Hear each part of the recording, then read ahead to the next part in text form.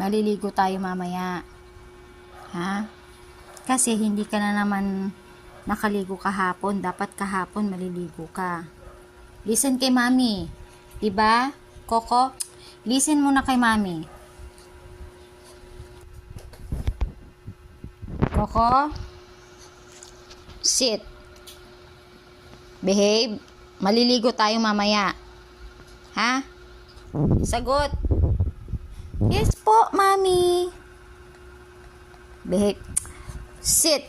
Ay, ayoko. Hindi kita bibigyan ng treats pag hindi ka Yan, sit. Good boy.